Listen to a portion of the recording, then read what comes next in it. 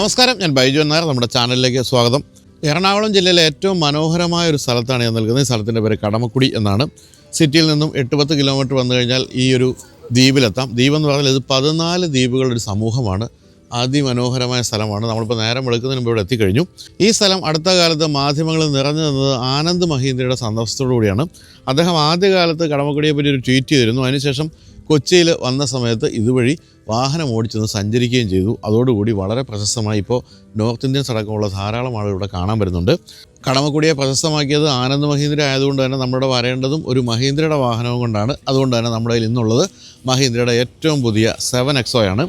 ഈ 7XO നമ്മുടെ ജീവിതത്തിലേക്ക് കടന്നു വന്നത് ഇവിടെ വെച്ചല്ല, രാജസ്ഥാനിൽ വെച്ചാണ്. രാജസ്ഥാനിൽ ജയ്സാൽമീറിലായിരുന്നു ഈ വാഹനത്തിൻ്റെ മീഡിയ ഡ്രൈവ്.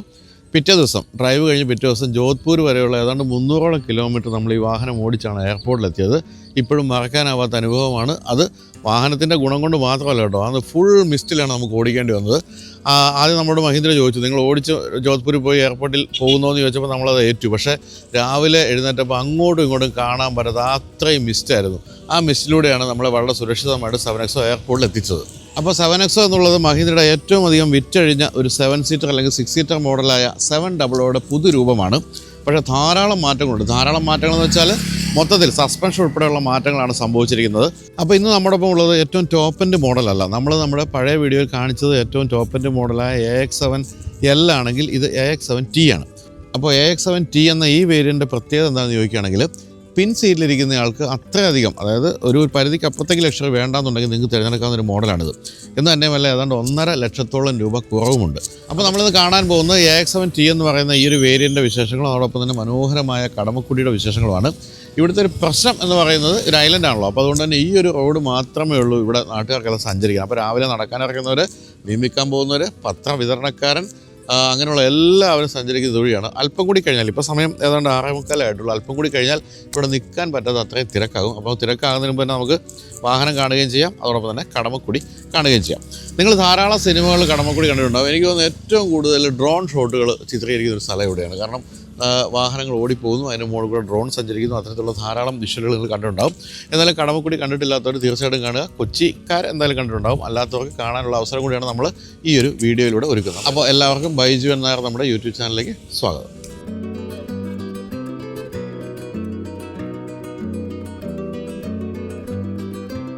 മഹീന്ദ്രയുടെ ഏറ്റവും വിജയിച്ചൊരു മോഡലാണ് XUV 700. എനിക്ക് തോന്നുന്നു മഹീന്ദ്രയുടെ ജീവിതത്തിലെ ഏറ്റവും പ്രധാനപ്പെട്ട ഒരു മോഡലുമാണ്. കാരണം പഴയകാല പ്രശ്നങ്ങളൊക്കെ തീർത്ത് ഏറ്റവും ഗംഭീരമായൊരു വാഹനം വന്നത് XUV 700 വന്നപ്പോഴാണ് 2021.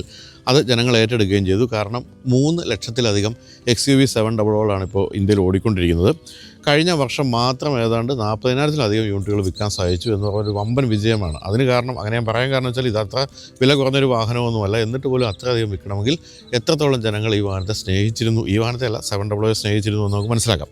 ഇപ്പോൾ 7XOയിലേക്ക് വന്നപ്പോഴത്തേക്കും ഫീച്ചേഴ്സിൻ്റെ കാര്യത്തിൽ ഒരു രക്ഷയില്ലാത്ത ഫീച്ചേഴ്സാണ്. നമ്മൾ കഴിഞ്ഞ വീഡിയോ പറയുന്നുണ്ടായിരുന്നു, ഇതൊരു സഞ്ചരിക്കുന്ന തിയേറ്റർ പോലുമാണ്. ഡോൾബി അറ്റ്മോസ് ഒക്കെ പോലുള്ള ഗംഭീര സംഭവങ്ങളൊക്കെയാണ് വന്നിരിക്കുന്നത്. ഏറ്റവും ഞെട്ടിക്കുന്ന കാര്യം 15 മില്യൺ കളേഴ്സാണ് ഇതിൻ്റെ ആംബിയൻ ലൈറ്റിങ്ങിന്. പക്ഷേ അത് ഈ ഒരു വേരിയൻറ്റിലല്ല, ടോപ്പ് എൻഡ് വേരിയൻറ്റിലാണ്. ഞാൻ പറഞ്ഞത് അത്ര അധികം മാറ്റങ്ങളാണ് പുതിയ ഈ ഒരു 7XOയിൽ വന്നിരിക്കുന്നത്. എനിക്ക് അതിൻ്റെ ഡ്രൈവബിലിറ്റിയാണ് ഏറ്റവും ഇഷ്ടപ്പെട്ടത്. മഹീന്ദ്രയുടെ ഏറ്റവും പുതിയ ഡീസൽ എഞ്ചിനുകളെല്ലാം അതിഗംഭീരമാണ്. അതായത് അങ്ങേയറ്റം റിഫൈൻഡാണ്, അങ്ങേയറ്റം സ്മൂത്താണ്. അതെല്ലാം നമ്മൾ അന്ന് ശരിക്കും അനുഭവിച്ചു. കാരണം 300 കിലോമീറ്ററോളം നമ്മൾ മഞ്ഞിലാണെങ്കിലും ഓടിച്ചല്ലോ. എന്തായാലും ഇവിടെ നമുക്ക് അങ്ങനെ ഓടിച്ച് രസിക്കാൻ പറ്റുന്ന അധികം റോഡുകളൊന്നുമില്ല. നമ്മൾ കടമക്കുടിയിലെ കാഴ്ചകളാണ് പ്രധാനമായിട്ടും കാണാൻ ഉദ്ദേശിക്കുന്നത്. ഈ വാഹനത്തെ സംബന്ധിച്ച് പറയുകയാണെങ്കിൽ കമ്പയർഡ് ടു 700 കാര്യമായ മാറ്റങ്ങളാണ് മുൻഭാഗത്തും പിൻഭാഗത്തും ഒക്കെ വന്നിരിക്കുന്നത്. സൈഡ് പ്രൊഫൈലിൽ മാത്രമാണ് നമുക്കിപ്പോൾ 700 വീണ്ടും ഒന്ന് കണ്ടെത്താൻ സാധിക്കുന്നത്. ഫുൾ LED ലൈറ്റാണ്. ഇവിടെ മനോഹരമായ ഈ ഒരു ഗ്രില്ല് ഫുൾ ബ്ലാക്ക് ഫിനിഷാണ് കൊടുത്തിരിക്കുന്നത്. താഴെയായിട്ടാണെങ്കിലും ആ ഒരു ബമ്പറിൻ്റെ ഭാഗത്ത് ഏറ്റവും താഴെ സ്റ്റീൽ ഫിനിഷ്, പിന്നെ നല്ല ഡയഗ്രാമൊക്കെ ഉണ്ട്. നമ്മൾ നേരത്തെ പറഞ്ഞ AX7L എന്ന് പറയുന്ന ലക്ഷറി മോഡലും AX7T എന്ന് പറയുന്ന ഈ ഒരു സെക്കൻഡ് വേരിയൻറ്റുമായിട്ട് യാതൊരു വ്യത്യാസവും എക്സ്റ്റീരിയറിലില്ല എന്നുള്ളത് മറ്റൊരു കാര്യം. ഇൻറ്റീരിയറിൽ മാത്രമാണ് എന്തെങ്കിലും കുറവുകളുണ്ടെങ്കിൽ ഉള്ളത്. പക്ഷേ ഒരു ചെറിയ വ്യത്യാസം മാത്രം നമുക്കിവിടെ പറയാം. ഇതിൽ 18 ഇഞ്ച് ഡയമണ്ട് കട്ട് അലോയ് വീലാണ് കൊടുത്തിരിക്കുന്നതെങ്കിൽ ടോപ്പ് എൻഡ് മോഡലിൽ ഇത് 19 ഇഞ്ചാണ്. ആ ഒരു വ്യത്യാസം മാത്രമാണ് നമുക്ക് ഇവിടെ പറയാനുള്ളത്. അത് പക്ഷേ ഈ ഒരു ഇത്രയും സൈസുള്ള വാഹനത്തിന് 18 ഇഞ്ചായാലും വലിയ കുഴപ്പമൊന്നും ഇല്ലാത്തതുകൊണ്ട് എനിക്ക് ഓടിച്ചപ്പോൾ വലിയ വ്യത്യാസമൊന്നും തോന്നില്ല. ഞാനിപ്പോൾ കൊച്ചിയിൽ നിന്ന് ഇവിടം വരെ ഓടിച്ചപ്പോൾ വലിയ വ്യത്യാസമൊന്നും തോന്നിയില്ല. സൈഡ് പ്രൊഫൈലിൽ നമ്മൾ അന്നും പറഞ്ഞിരുന്നു, ഏറ്റവും മനോഹരമായ ഒരു കാര്യം എന്ന് പറയുന്നത്, എനിക്ക് ഏറ്റവും ഇഷ്ടപ്പെട്ട ഒരു കാര്യം എന്ന് പറയുന്നത് ഈ ഒരു കോർണർ ഗ്ലാസിൻ്റെ ഈ ഒരു ഏരിയയാണ്. അത് നല്ല ഭംഗിയാണ്. ഇവിടുന്ന് വരുന്ന ഈ ഒരു കട്ട് ഇങ്ങനെ കയറി പോകുന്നത് നല്ല ഭംഗിയാണ്. വളരെ ബോൾഡായിട്ടുള്ള സ്റ്റാൻഡ്സാണ് കൊടുത്തിരിക്കുന്നത്. അത് ഫ്ലഷ് ഡോർ ഹാൻഡിലൂടെ ആയതുകൊണ്ട് അത് അടഞ്ഞു കഴിയുമ്പോൾ നല്ല ഭംഗിയുള്ളൊരു രീതി കിട്ടും. അപ്പോൾ ഞാൻ പറയായിരുന്നു, ഇനിയിപ്പോൾ നമുക്ക് പിൻഭാഗം കാണിക്കണമെങ്കിൽ ഞാൻ വള്ളത്തിൽ അവിടെ പോയി നിൽക്കേണ്ടി വരും. കാരണം ഇവിടെ ഒരു തരത്തിലാണ് ഒതുക്കിയിട്ടിരിക്കുന്നത്, എപ്പോഴും വാഹനങ്ങൾ പൊയ്ക്കൊണ്ടിരിക്കുന്ന ഒരു സ്ഥലമായതുകൊണ്ട് തന്നെ. അപ്പോൾ നമുക്ക് പിൻഭാഗം അല്പം കഴിഞ്ഞിട്ട് കാണാം. എന്നാലും പ്രധാനമായിട്ടും നമുക്ക് ഇതിൻ്റെ ഇൻറ്റീരിയറിൽ ഈ ഒരു നിങ്ങൾക്ക് ടോപ്പിൻ്റെ വേണ്ട ഈ ഒരു സെക്കൻഡ് വേരിയൻറ്റ് മതിയെങ്കിൽ എന്തൊക്കെയാണ് കുറവുകൾ എന്നാണ് നമുക്ക് ആദ്യമായിട്ട് നോക്കേണ്ടത്. നമുക്കപ്പോൾ ആദ്യം ഒന്ന് ഇനി ഇൻറ്റീരിയർ കാണാം. അപ്പോൾ 7Xോടെ ഇൻറ്റീരിയർ നമ്മളൊന്ന് പറഞ്ഞിരുന്നു, കിഡിലൻ ഇൻറ്റീരിയറാണ്. അപ്പോൾ 700യുമായിട്ട് യാതൊരു കമ്പാരിസണും ഇല്ലാത്ത രീതിയിൽ അങ്ങ് മാറ്റി മറിച്ചിരിക്കുകയാണ്. ഇത്രയധികം ലക്ഷറിയസ് ആയിട്ട് ഇത്തരത്തിലുള്ള വാഹനങ്ങൾ നിർമ്മിക്കുന്നത് സമ്മതിച്ചു കൊടുത്ത പറ്റും കേട്ടോ. എല്ലാ തരത്തിലും എന്തൊരു ക്വാളിറ്റിയാണെന്ന് പറയുക, ഉൾഭാഗത്ത് മുഴുവൻ ഒരു രക്ഷയില്ലാത്ത ക്വാളിറ്റിയാണ്. എനിക്കെൻ്റെ കളേഴ്സ് വലിയ ഇഷ്ടമാണ്. ഈ വൈറ്റ് എന്ന് പറഞ്ഞാൽ അല്പം ചെല്ലി പിടിക്കാനുള്ള സാധ്യതയുണ്ട്, പക്ഷേ ഈ ടാൻ ബ്രൗൺ എന്ന് പറയുന്നത് എനിക്ക് ഭയങ്കര ഇഷ്ടമാണ്. അത് ഒരു ഭയങ്കര പ്രീമിയം ഒരു നിറമാണ്. അത് ഈ വാഹനത്തിനെ ഒന്ന് ഉൾഭാഗം ഒന്ന് എൻഹാൻസ് ചെയ്യുന്നുണ്ടെന്നുള്ളൊരു സംശയമില്ല. എന്തായാലും മുൻഭാഗത്ത് 3 വമ്പൻ സ്ക്രീനുകളാണ് കൊടുത്തിരിക്കുന്നത്. ഈ സ്ക്രീനുകളിൽ ഞാൻ നേരത്തെ പറഞ്ഞല്ലോ, ടോപ്പ് ആൻഡ് ബോട്ടം ആകെ ഒരു വ്യത്യാസം എന്ന് പറയുന്നത് ഇതിൽ ഡോൾബി അറ്റ്മോസ് ആണെങ്കിൽ അതിൽ ഡോൾബി വിഷൻ പ്ലസ് അറ്റ്മോസ് എന്ന് പറയുന്ന സംവിധാനം മാത്രമേ ഒരു വ്യത്യാസമുള്ളൂ. ഇതിൽ ഡോൾബി അറ്റ്മോസ് ഉണ്ട്. ഡോൾബി അറ്റ്മോസ് എന്ന് പറയുന്നത് ശരിക്കും തിയേറ്ററിക്കൽ എക്സ്പീരിയൻസ് ചെയ്തൊരു കാര്യമാണ്. വേറൊരു കാര്യം, ഈ ഒരു പാസഞ്ചർ സൈഡിലുള്ള ഈ ഒരു ഭാഗം എന്ന് പറയുന്നത് ഇവിടെ നിന്ന് നോക്കുമ്പോൾ കൃത്യമായിട്ട് ഫിൽറ്റേഡാണ്. ഇവിടെ ഡ്രൈവർ സീറ്റിൽ പാസഞ്ചർ സീറ്റിൽ ഇരിക്കുന്ന ആൾ എന്തൊക്കെ കാണുന്നുണ്ടെന്നുള്ളത് പോലും നമുക്ക് ഡ്രൈവർ സീറ്റിൽ ഇരുന്നാൽ കാണാൻ പറ്റില്ല. അപ്പോൾ ആ ഒരു ഡിസ്ട്രാക്ഷൻ ഒരിക്കലും വരില്ല. അത് വളരെ ടോപ്പ് എൻഡ് മോഡലുകളിൽ മാത്രം കാണുന്ന കാര്യമാണ്. അത് ഈ ഒരു വാഹനത്തിലുണ്ട്. പിന്നെ ടോപ്പ് എൻഡ് മോഡലായിട്ട് കമ്പയർ ചെയ്യുമ്പോൾ മ്യൂസിക് സിസ്റ്റത്തിൻ്റെ മറ്റു കാര്യങ്ങളൊന്നും ഒരു വ്യത്യാസമില്ല. 16 സ്പീക്കറിൻ്റെ കിഡിലൻ ഹാമൻ ഗാർഡൻ സിസ്റ്റമാണ് കൊടുത്തിരിക്കുന്നത്. അത് ഇതിലും അതേപടി തന്നെ തുടരുന്നുണ്ട്. പിന്നെ AX7T എന്ന് പറയുന്ന ഈ ഒരു മോഡൽ ഒരു കുറവെന്ന് പറയുന്നത് പാസഞ്ചർ സീറ്റിൻ്റെ ആ ഒരു 6 വേ അഡ്ജസ്റ്റബിൾ ഇലക്ട്രിക്കൽ അഡ്ജസ്റ്റ്മെൻറ്റുകൾ ഇല്ല എന്നുള്ളതാണ്. 6 വേ ഇലക്ട്രിക്കൽ അഡ്ജസ്റ്റ്മെൻറ്റ് ഇല്ല, പക്ഷേ അത് ഡ്രൈവർ സീറ്റിന് കൊടുത്തിട്ടുണ്ട്. അതുകൊണ്ട് തന്നെ അത്തരം കാര്യങ്ങളിൽ ഒരു വ്യത്യാസവുമില്ല. പക്ഷേ പാസഞ്ചർക്ക് ആ ഒരു അഡ്ജസ്റ്റ്മെൻറ്റുകൾ കിട്ടുന്നില്ല. പിന്നെ ഞാൻ നേരത്തെ പറഞ്ഞ കാര്യമുണ്ടല്ലോ, 15 മില്യൺ കളേഴ്സിൻ്റെ ആംബിയൻ ലൈറ്റിങ്, അതും ഈ ഒരു സെക്കൻഡ് വേരിയൻറ്റിലില്ല. അത് വേണമെങ്കിൽ നിങ്ങൾ ടോപ്പ് എൻഡ് മോഡലേക്ക് പോകണം. അത് വളരെ രസകരമാണ്. അതായത് മുൻഭാഗത്തൊരു കളർ, പിൻഭാഗത്തിരിക്കുന്ന വേറൊരു കളർ, ആ തരത്തിലുള്ള ആംബിയൻ ലൈറ്റിൻ്റെ ഡിഫറൻസ് പോലും ഉണ്ട്. അതൊക്കെ ടോപ്പ് എൻഡിലേക്കേ ഉള്ളൂ. അതും ഈ ഒരു വേരിയൻറ്റിൽ കൊടുത്തിട്ടില്ല. പിന്നെ സീറ്റിൻ്റെ കുഷനുകൾ ചെറിയൊരു വ്യത്യാസമുണ്ട്. അതിൽ കുറച്ചുകൂടി പാഡഡ് ആണ് സീറ്റ്. ഇതിൽ അത്രയും പാഡഡ് അല്ല, പക്ഷേ എങ്കിൽ പോലും വളരെ കംഫർട്ടബിളാണ്. ഇവിടെയൊക്കെ നല്ല തൈ സപ്പോർട്ടുണ്ട്. വെൻറ്റിലേറ്റഡ് സീറ്റാണ് മുൻഭാഗത്ത് കൊടുത്തിരിക്കുന്നത്. പക്ഷേ ഈ ഒരു വേരിയൻറ്റിൽ പിൻഭാഗത്ത് വെൻറ്റിലേറ്റഡ് സീറ്റ് കൊടുത്തിട്ടില്ല. ആ ഒരു വ്യത്യാസം കൂടിയുണ്ട്.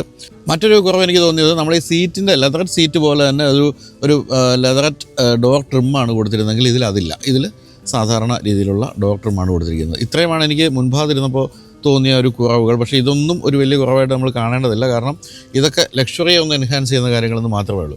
പക്ഷേ സമ്മതിക്കേണ്ട കാര്യം എന്ന് പറയുന്നത് ഈ ഒരു സ്ക്രീനും ഇതിൻ്റെ അഡ്ജസ്റ്റ്മെൻറ്റുകളൊക്കെ എന്തൊക്കെയാണ് ഇതിൻ്റെ അകത്ത് ഇല്ലാത്തത് എന്ന് മാത്രം ചോദിച്ചാൽ മതി. ആൻഡ്രോയിഡ് ഓട്ടോ, ആപ്പിൾ കാർപ്ലേ എല്ലാം വയർലെസ്, പിന്നെ പെർഫോമൻസിൻ്റെ സ്ക്രീനുണ്ട്, മ്യൂസിക്, ഫോണ്, ഓഡിയോ സെറ്റിങ്സ്, അത്തരം കാര്യങ്ങളെല്ലാം ഉണ്ട്. ഇനി നമുക്ക് ഇതിനകത്ത് ആപ്പുകളിലേക്കൊന്ന് പോകാം. ആപ്പുകൾ നമുക്ക് ഇവിടെയും audio settings, fun and work, ഇതിൽ നമുക്ക് യൂട്യൂബിൻ്റെ ലോഗോ ആണ് കാണുന്നത്. യൂട്യൂബ് അടക്കമുള്ള കാര്യങ്ങളൊക്കെ ഉണ്ട്. എല്ലാം കണക്റ്റഡ് ആണ് കേട്ടോ. പിന്നെ ഇതിലേക്ക് ഇതിൽ സൺ നെക്സ്റ്റ്, തരംഗ്, എന്തൊക്കെയാണെന്നുണ്ടോ, ആപ്പിൾ മ്യൂസിക്, DW ആ ഒരു channel, Jio Hotstar, Amazon Prime, എല്ലാ കാര്യങ്ങളും കൊടുത്തിട്ടുണ്ട്. ലൈവായിട്ട് നിങ്ങൾക്ക് ഇതിൻ്റെ സ്പോർട്സ് ചാനൽ കാണാൻ സാധിക്കും. Amazon, Sony live, Apple TV, എന്തൊക്കെ സാധനം, ഇൻസ്റ്റാഗ്രാം, ഇതൊക്കെ തുറന്ന് വയ്ക്കരുത് കേട്ടോ. കൂടെ ഇരിക്കുന്നവരൊക്കെ കാണും നിങ്ങളുടെ ഇൻസ്റ്റാഗ്രാം മെസ്സേജ്. അപ്പോൾ അതൊക്കെ ശ്രദ്ധിച്ചോണം. NDTV, TV9, EV9 എന്തെല്ലാം സാധനമുണ്ട്. ശരിക്കും പറഞ്ഞാൽ നമ്മുടെ വീട്ടിലെ TV തുറന്ന് ആപ്പ് നോക്കുന്ന ആദ്യത്തെ പോലുള്ള എല്ലാ കാര്യങ്ങളുണ്ട്. ആ കാര്യങ്ങളൊക്കെ സമ്മതിച്ച് പറ്റും. നല്ല ഇതിൻ്റെ റെസൊല്യൂഷനും ഇതിൻ്റെ എന്താ പറയുക സ്ക്രീനിൻ്റെ ഇൻ്റർഫേസുകളൊക്കെ ഭയങ്കര ഭംഗിയാണ്. ഇത് സ്നാപ്ഡ്രാഗൻ്റെ ഏറ്റവും ലേറ്റസ്റ്റ് ചിപ്പാണ് ഇതിൽ ഉപയോഗിച്ചിരിക്കുന്നത്. അതുകൊണ്ട് തന്നെ വളരെ ഫാസ്റ്റാണ്. ഒരു സെക്കൻഡ് നമ്മൾക്ക് ലാഗ് വരുന്നില്ല. റിവേഴ്സ് ക്യാമറയിലേക്ക് പോകുകയാണെങ്കിൽ അതാണ് മറ്റൊരു സംഭവം. 360 അല്ല, 540 ഡിഗ്രി എന്ന് മറ്റേ ഇവർ പറയുന്നത്. ഇല്ലാത്ത സാധനമൊന്നുമില്ല. കടമക്കുടിയുടെ ഏറ്റവും വിശാലമായ വിഷലെല്ലാം നിങ്ങൾക്ക് ഇതിൽ കാണാൻ സാധിക്കുന്നുണ്ട്. വെള്ളം ഒരു ഇഞ്ചൂടെ നിങ്ങൾ താഴെ പോകും കേട്ടോ. കണ്ടോ, ശ്യാമാണ് റിവേഴ്സ് പറഞ്ഞു വന്നത്. ഇനി ശ്യാം പറഞ്ഞത് 2 മീറ്ററും കൂടെ ഉണ്ടെന്ന്. പക്ഷേ 2 ഇഞ്ചായിരുന്നു പറഞ്ഞപ്പോൾ തെറ്റിപ്പോയതാണ്.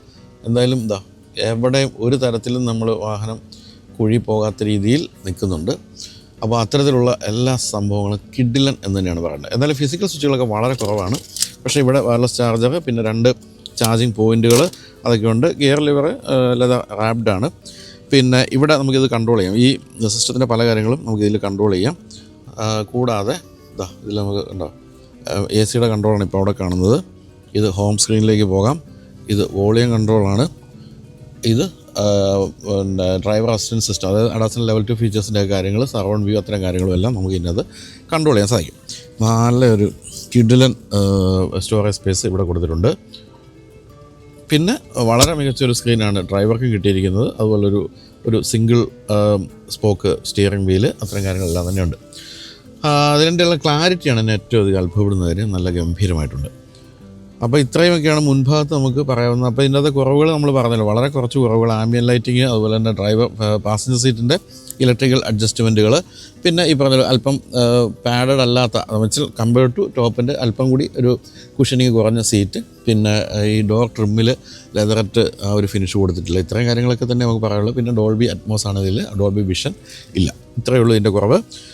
അപ്പോൾ നമുക്കിനി പിൻ സീറ്റിലൊന്ന് ഇരുന്ന് നോക്കാം. അവിടെ ഒന്ന് രണ്ട് ചെറിയ കാര്യങ്ങൾ കുറവുകൾ പറയാനുണ്ട്. അപ്പോൾ എനിക്കൊന്ന് എന്തൊക്കെയാണ് കുറവുകൾ എന്ന് പറയുന്നൊരു വീഡിയോ ആദ്യമായിട്ട് ചെയ്യുന്നതാണ്. ഇതിനകത്ത് കുറവുകളാണ് പറയാൻ പോകുന്നത്. പ്രധാനമായിട്ടുള്ള കുറവെന്ന് പറഞ്ഞാൽ ഇതിന് ഈ ഒരു ബോസ് സീറ്റ് എന്ന് പറയുന്ന പരിപാടി ഉണ്ടല്ലോ, അതായത് പിന്നിലിരിക്കുന്ന ആൾക്ക് മുന്നിലിരിക്കുന്ന ആൾ ഇല്ലെങ്കിൽ ഇതൊന്ന് തള്ളി മുന്നോട്ട് വിടുന്ന സംവിധാനം.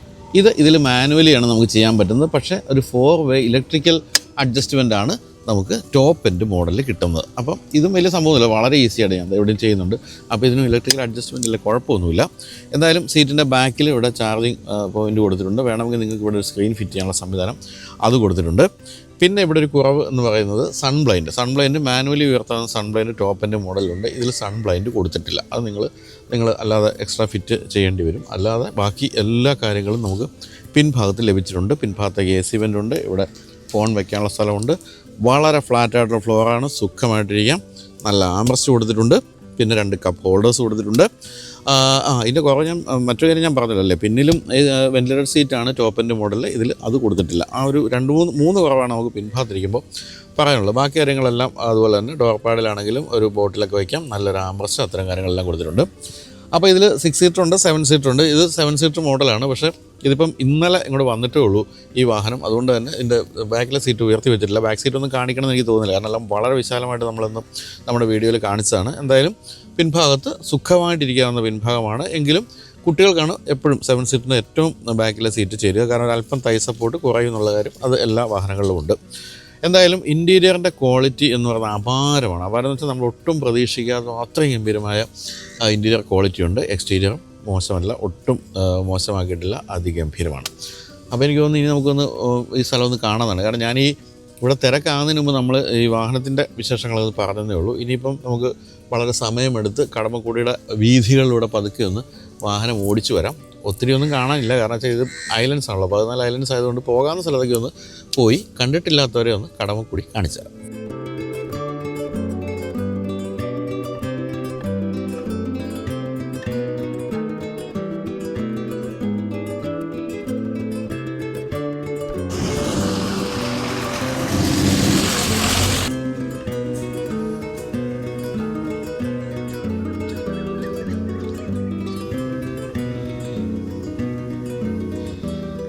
അപ്പോൾ കടമക്കുടിയിൽ നമ്മൾ രാവിലെ കണ്ട പ്രധാനപ്പെട്ട കാഴ്ച എന്ന് പറയുന്നത് ഇവിടുത്തെ തെരുവ് നായ്ക്കളാണ്. എല്ലായിടത്തും ഉണ്ട്. നടക്കാൻ അറിയുന്നവരൊക്കെ പേടിച്ച് ഇരിക്കുകയാണ്. നമ്മുടെ അടുത്ത് ഒരു പെൺകുട്ടി പേടിച്ചിട്ട് ഒന്ന് പട്ടിയെ ഓടിച്ചു വിടാമോ എന്ന് വരെ ചോദിച്ചു. ആ രീതിയിൽ തെരുവ് നായ്ക്കളുടെ ശല്യമുണ്ട്. കാരണം ഈ ഫുഡൊക്കെ ഇവിടെ ഉള്ളതുകൊണ്ട് വരുന്നതായിരിക്കും. ഫുഡ് കൗണ്ടേഴ്സാണ് ഈ റൈറ്റ് സൈഡിൽ കാണുന്നതെല്ലാം ഫുഡ് കൗണ്ടേഴ്സാണ്. ഇതൊക്കെ പക്ഷേ വൈകുന്നേരത്തോടു കൂടിയേ ഓപ്പൺ ആവുകയുള്ളൂ. എന്തായാലും വളരെ പ്രശാന്ത സുന്ദരമായ സ്ഥലം, സമ്മതിച്ചേ പറ്റും ആ കാര്യത്തിൽ. ഗ്രാമിക ടീ ഷോപ്പ്, അങ്ങനെ കുറേ സാധനങ്ങളുണ്ട്. ഇവിടെ ബോട്ടിംഗ് ഉണ്ട് കേട്ടോ. നിങ്ങൾക്ക് ബോട്ടിങ്ങിൻ്റെ ആളാണ് അവിടെ നിൽക്കുന്നത്. നിങ്ങൾക്ക് ബോട്ടിങ്ങിന് പോകണമെങ്കിൽ ഇവിടെ നിന്ന് ചെറിയ പുഴകളിലൂടെയൊക്കെയുള്ള ബോട്ടിങ്, അത്തരം കാര്യങ്ങളൊക്കെ ഉണ്ട്. പിന്നെ കള്ള് ഷാപ്പ്, കള്ള് ഷാപ്പിൻ്റെ ബോർഡും ഉണ്ട് കേട്ടോ. കള്ള് ഷാപ്പുണ്ട്, അങ്ങനെ കാര്യമുണ്ട് കേട്ടോ. കള്ള് ഷാപ്പ് എന്ന് പറയുന്നത് ഇവിടുത്തെ ഒരു മെയിൻ ഐറ്റമാണ്. മദ്യം പ്രോത്സാഹിപ്പിക്കുകയല്ല, കള്ളെന്ന് പറയുന്നത് മദ്യമായിട്ട് കണക്കാക്കിയിട്ടില്ലാത്തതുകൊണ്ട് പിന്നെ കുഴപ്പമില്ല. എന്തായാലും അയ്യോ, ഒരു ചേച്ചി വണ്ടി എടുത്ത് വീഴാൻ തുടങ്ങി, കുഴപ്പമില്ല.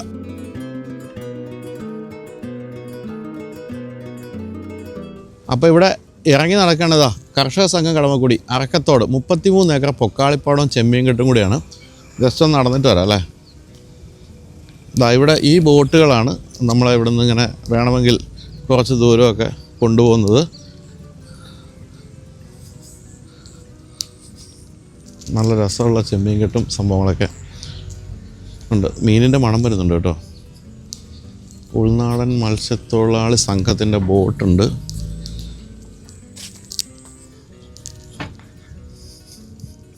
ഇവിടെ ആളുകൾ ചെന്ന് ശല്യം ഉണ്ടാക്കാതിരിക്കാൻ വേണ്ടി ചെറിയൊരു ഫെൻസിങ് ഒക്കെ ഇട്ടിട്ടുണ്ട്.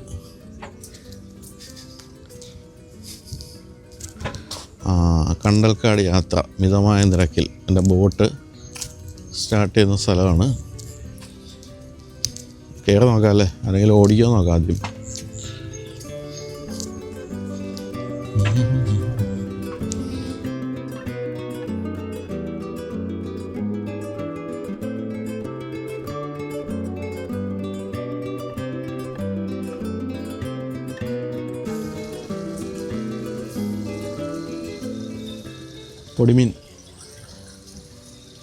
പൊടിമീൻ ഫ്രൈക്കുള്ള സാധനമാണ്.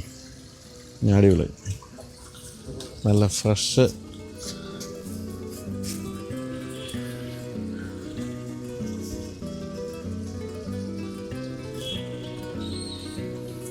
അപ്പോൾ ഇതിൽ ചെമ്മീനും ഉണ്ടോ ഏട്ടാ? ചെമ്മീനും ഉണ്ടോ അതോ പൊടിമീനുള്ളോ? ഓ എല്ലാം കൂടെ ഉള്ളു. ശരി.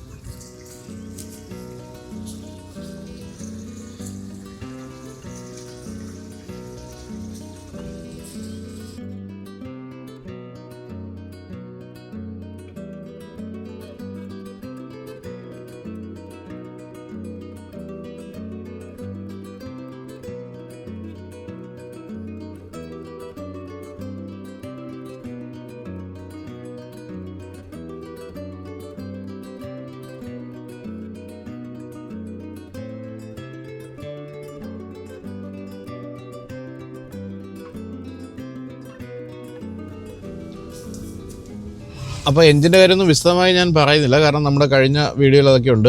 അപ്പോൾ 2 ലിറ്റർ ഒരു TGDI പെട്രോൾ എഞ്ചിനും പിന്നെ ഒരു 2.2 ലിറ്റർ CRDI ഡീസൽ എഞ്ചിനുമാണ് ഈ വാഹനത്തെ ചലിപ്പിക്കുന്നത്. നമ്മളിപ്പോൾ ഓടിച്ചുകൊണ്ടിരിക്കുന്ന ഡീസൽ എഞ്ചിനാണ്. പെട്രോൾ എഞ്ചിൻ 200 BSP ആണ്. അതുപോലെ ഡീസൽ എഞ്ചിൻ 185 BSP. അപ്പോൾ ഇത് പെട്രോൾ എഞ്ചിനാണോ അതോ ഡീസൽ എഞ്ചിനാണോ ഈ വാഹനത്തിനെന്ന് അറിയാത്ത രീതിയിൽ റിഫൈൻഡ് ആണ് ഡീസൽ എഞ്ചിൻ എന്നുള്ളതാണ് ഏറ്റവും സന്തോഷം ഉണ്ടാക്കുന്ന ഒരു കാര്യം. മൈലേജ് മോശമല്ല. ഇത്രയും ഹെവി ആയിട്ടുള്ളൊരു വാഹനമായിട്ട് പോലും പെട്രോളിന് മാനുവലിൽ 13.25 കിലോമീറ്ററാണ് മൈലേജ് പറയുന്നത്. ഇത്രയും ഹെവി വാഹനമാണെങ്കിലും മൈലേജ് മോശമല്ല എന്നുള്ളതാണ് മറ്റൊരു കാര്യം.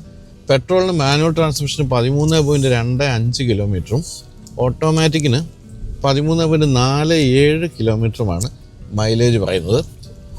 ഡീസലിനാണെങ്കിൽ ഇത് 17 കിലോമീറ്ററാണ് മാനുവലിൽ. അതുപോലെ തന്നെ ഓൾ വീൽ ഡ്രൈവിന് പോലും 13 കിലോമീറ്റർ മൈലേജ് പറയുന്നുണ്ട്. പക്ഷേ ഓട്ടോമാറ്റിക്കിന് ഡീസലിന് 16.4 കിലോമീറ്ററാണ് കമ്പനി പറയുന്ന മൈലേജ്. ഇപ്പോൾ നമ്മൾ പോകുന്നത് അല്പം മോശം വഴികൾ കൂടിയാണ്. പക്ഷേ ഇതിൻ്റെ ഏറ്റവും പുതിയ സസ്പെൻഷനാണ് ഇതിൻ്റെ ഇപ്പോഴത്തെ ഏറ്റവും വലിയൊരു സംഭവമായിട്ട് നമുക്ക് പറയാവുന്നത്. അത് ഉൾഭാഗത്തേക്കൊന്നും കാര്യമായ രീതിയിൽ നമുക്ക് ബുദ്ധിമുട്ടുണ്ടാക്കാതെ ഓടുന്നുണ്ട്. ഡാവിഞ്ചി സെറ്റപ്പ് എന്നാണ് ഇപ്പോൾ ഇവർ ഇതിനെ വിളിക്കുന്നത്. കാര്യമായ മെക്കാനിക്കൽ മാറ്റങ്ങളുണ്ട്. അതിനെപ്പറ്റിയും കഴിഞ്ഞ വീഡിയോയിൽ നമ്മൾ വിശദമായിട്ട് പറഞ്ഞിരുന്നു. എന്തായാലും എല്ലാ തരത്തിലുമുള്ള സേഫ്റ്റി ഫീച്ചേഴ്സും അഡാസും എല്ലാ കാര്യങ്ങളും ഉണ്ട്. അതോടൊപ്പം തന്നെ ഇൻറ്റീരിയറിൽ ഇഷ്ടംപോലെ സ്പേസ്, പിന്നെ എല്ലാ തരത്തിലുള്ള ഫീച്ചേഴ്സും. ഇത്രയൊക്കെയാണ് നമുക്ക് ഈ വാഹനത്തിൻ്റെ ഡ്രൈവിൽ പറയാവുന്ന കാര്യങ്ങൾ. അപ്പോൾ നമ്മളങ്ങനെ കടമക്കുടിയിലൂടെ എവിടെയൊക്കെ പോകാമെന്ന് പരീക്ഷിച്ചുകൊണ്ടിരിക്കുകയാണ്. പക്ഷേ വളരെ ചെറിയ റോഡുകളാണ്, ചുറ്റും 2 സൈഡിലും വീടുകളും. അതുകൊണ്ട് അത്ര സുഖമായ ഒരു യാത്രയല്ല, പ്രത്യേകിച്ച് വലിയ വാഹനങ്ങളുമായിട്ട്. എന്തായാലും നമുക്ക് ഈ പാലമൊക്കെ കണ്ട് അവസാനിപ്പിക്കാൻ തോന്നുന്നു. ഈ വഴി നേരെ പോയാൽ പറവൂരെത്തും എന്നാണ് ഒരാൾ പറഞ്ഞു തന്നത്. ഇതൊക്കെ പുതിയ പാലമാണല്ലോ, വളരെ പുതിയ പാലം. ഇവിടെയൊക്കെ ചീന വലകളുണ്ട്. ചീഞ്ഞ വലയല്ല ശ്യാമേ, ചീന വല. അതെങ്ങനെയാണ് കരുനാഗപ്പള്ളിക്കാർക്ക് വല്ലതും ചീന വലയെ പറ്റി അറിയോ?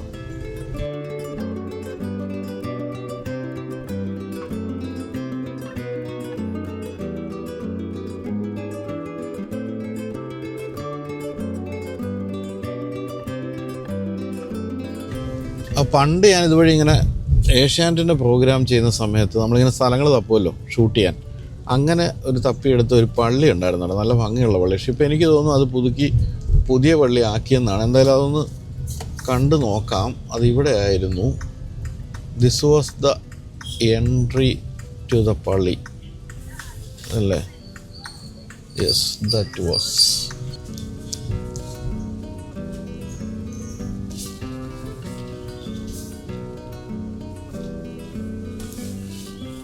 ആ പള്ളി പുതുക്കി പണിതെന്ന് എനിക്ക് തോന്നുന്നു കേട്ടോ.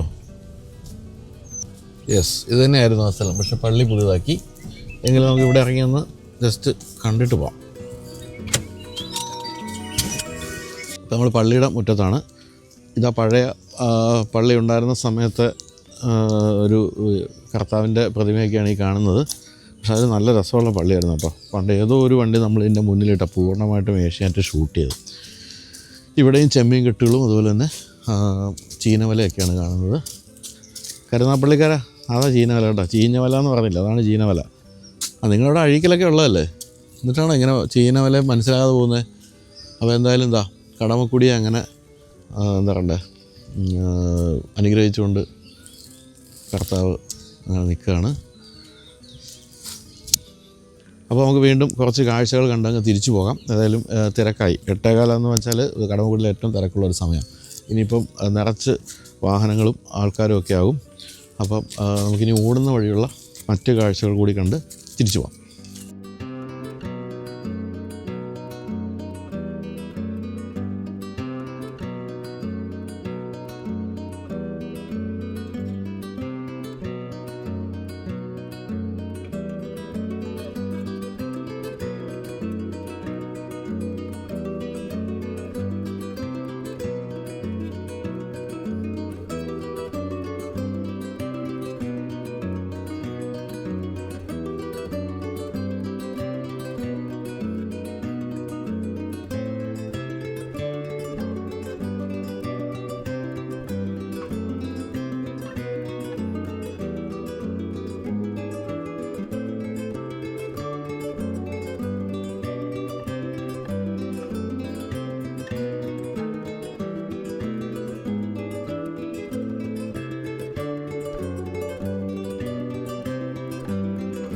അപ്പോൾ നമ്മൾ വെളുപ്പിനെ എത്തിയെന്ന് പറഞ്ഞല്ലോ. ഇപ്പോഴാണ് സൂര്യഭഗവാൻ ഒന്ന് മുന്നിലേക്ക് എത്തിയത്, അല്ല മുകളിലേക്ക് എത്തിയത്.